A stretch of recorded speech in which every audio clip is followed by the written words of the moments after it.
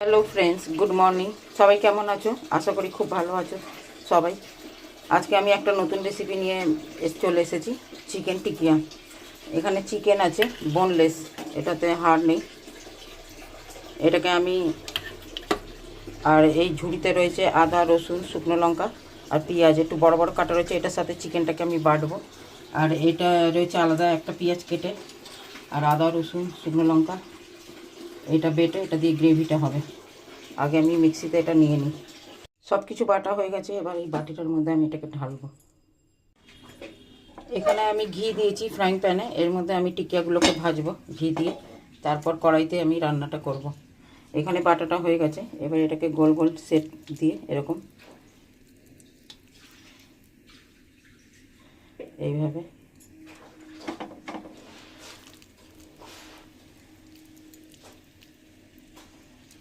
এই যে এখানে দেখাচ্ছি আমি।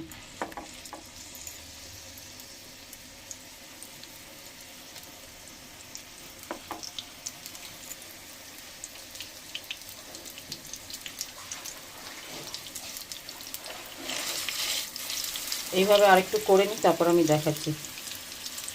অনেকগুলো বানিয়েছি, এখনও অনেকটা আছে। এটা ভাজা হয়ে গেলে আবার ওটা বানাবো।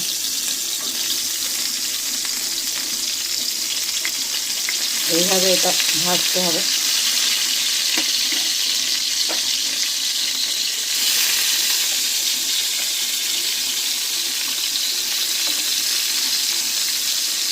মাটন দিয়ে টিকিয়া তো সবাই বানায়, আমি চিকেন দিয়ে বানিয়েছি। অনেকে মাটন খেতে চায় না, আর একই রকম রান্না খেতে খেতে কারোর ভালো লাগে না, তো আমি সেই জন্য একটু আলাদা আলাদা বানাবার চেষ্টা করি। এটা আর একটু ভাজা হয়ে গেলে এটা বের করে আবার বাকিটা এরকমভাবে বানাবো। অনেকটা ভাজা হয়ে গেছে, এখানে বাকিটা হচ্ছে। এটাকে বের করে এই ঘিটার মধ্যে আমি একটুখানি 2 চামচ মতো ছাতু ভেজে নেব।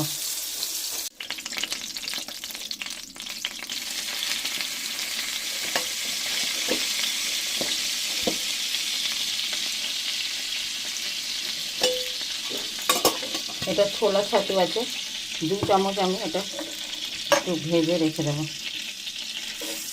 এটা গ্রেভিটা লাস্টে আমি দেবো, যাতে গ্রেভিটা একটু গাঢ় হয়, সেই জন্য।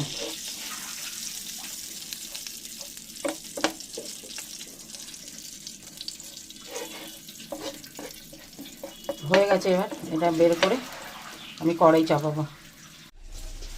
কড়াইতে অল্প তেল দিয়েছি, এবার এই পেঁয়াজটা দিয়ে ভাজবো। এটা সাদা তেল আছে, এখনও তেলটা ঠিকমতো গরম হয়নি, এতে কোনো অসুবিধা হবে না।